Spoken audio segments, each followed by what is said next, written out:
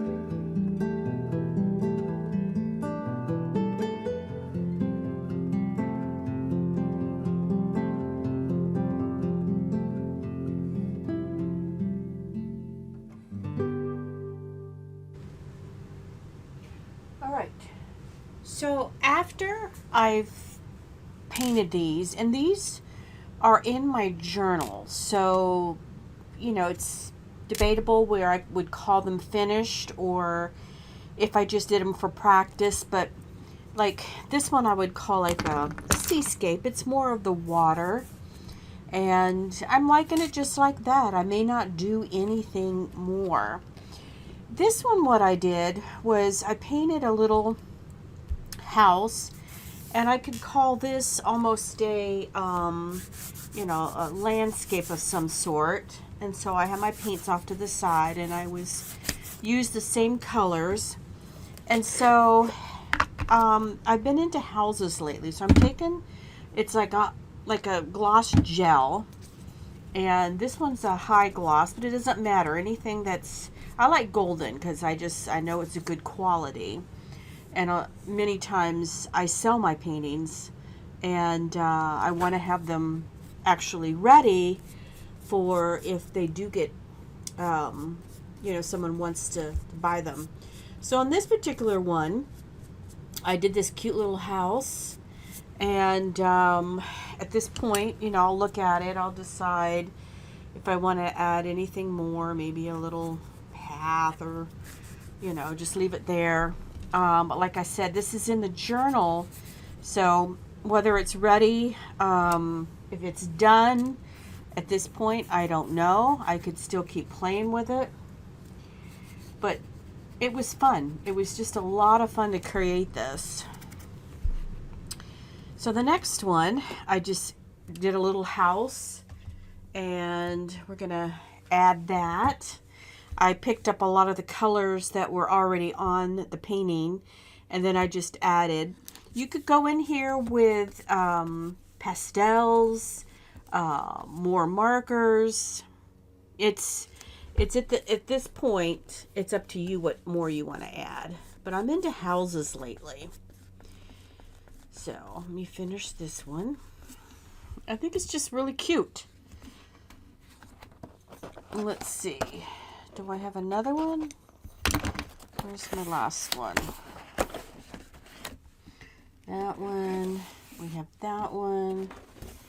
We have that one. Did I have? Okay.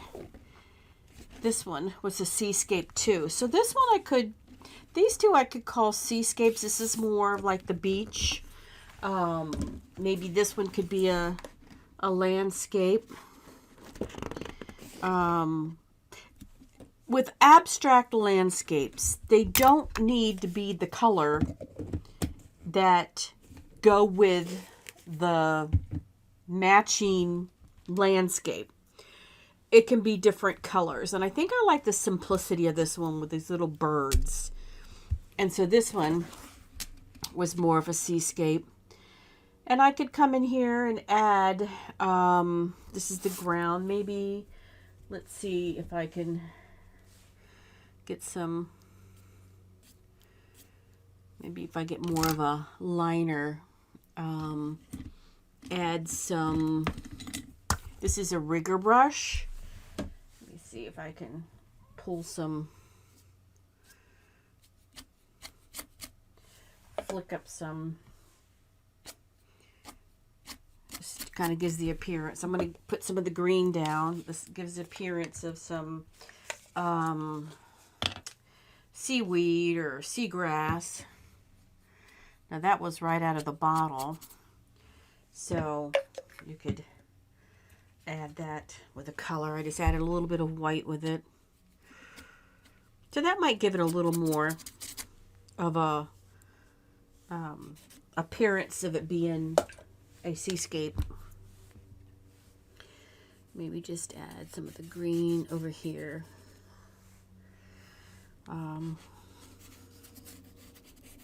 Since I added the green over there, even in the sky up here, just add some green to give it some color, bring the color through. So that's creating the landscapes in your journal, and you know, you can take them as far as you want. Eventually you can rip these out and put them in frames, but I rather like them you know, the simplicity as they are.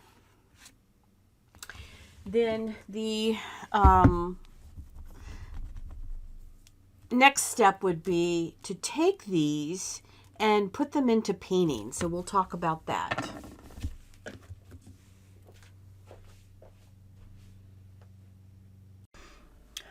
So when I said the next step would be these ones that you did in your journal are going to help give you the inspiration to take the next step and make them into paintings.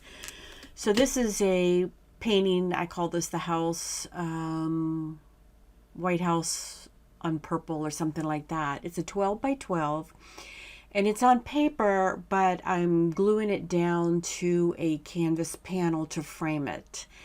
And this is the same concept, using the brayer, using the same types of paints, rubbing it in, using that fine liner to scratch in some lines, using pencil, charcoal, same concept. Hand painting a little house, putting it up there. And you can see how beautiful that this can be. This one is a 12 by 12. I called this My Foggy Memory. And it is absolutely beautiful. It's on a heavier watercolor paper. And it's still the same techniques as I just showed you in the demonstrations. And I added in a couple of these like a spot of like red or orange just to make it pop. But it's like the moodiness of the back and forth of this one just looked like a moody, foggy painting, and that's why I called it My Foggy Memory. This next one I called Lightning, and it's almost like I remember the bolt of lightning that hit the ground during the last storm, and I wanted to capture that. And this one actually sold as soon as I posted it to my social media. One of the collectors that purchases from me, never met this gentleman, but he purchased this right away. And I was so happy. I put it in a mat, and he frames everything in nice fine frames. So he felt the exact feeling that I was trying to portray, and that is the highlight of an artist, when a collector or someone who sees your art can verbalize exactly what it is you're feeling when you painted a painting. So this has a lot of emotion for me. This next one, the next two, are done on wooden panels. So I'm able to take scrapers and scrape the paint, as you can see, and you can almost see when I take like a palette knife and I just scrape on the wooden panel how it gives the texture and the layers. And this is a 12 by 12 and is just the colors. And I mean, I hope it's okay for me to say I think they're beautiful, because as artists, you know, we have to support our own work. So when I say it's beautiful to me. And I just enjoyed the colors. The horizon line on this is low. This could be a landscape, seascape, whatever you want it to be. But I wanted to show you this because of all the scraping and the colors that I put on this one. And this next one is, I've added a lot of oil and regular pastels or pastels. This has got a piece of mixed media in there on the right hand side. I've glued it in. It's like a piece of string type of cheesecloth, you know, that you spread out.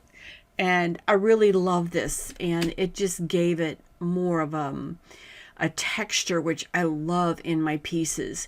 And then you can take these into bigger landscapes, bigger paintings.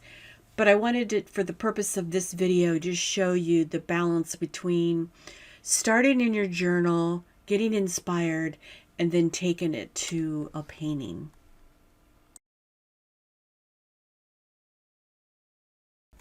So I hope you enjoyed this demonstration of creating landscaped abstractly and the concept of doing things on the journal and then creating them, bringing them over into paintings. And I enjoyed sharing this with you. And don't forget to please, it really, really helps my channel, to subscribe to my channel, do a like button, leave a comment on anything that you'd like to. Just say hi.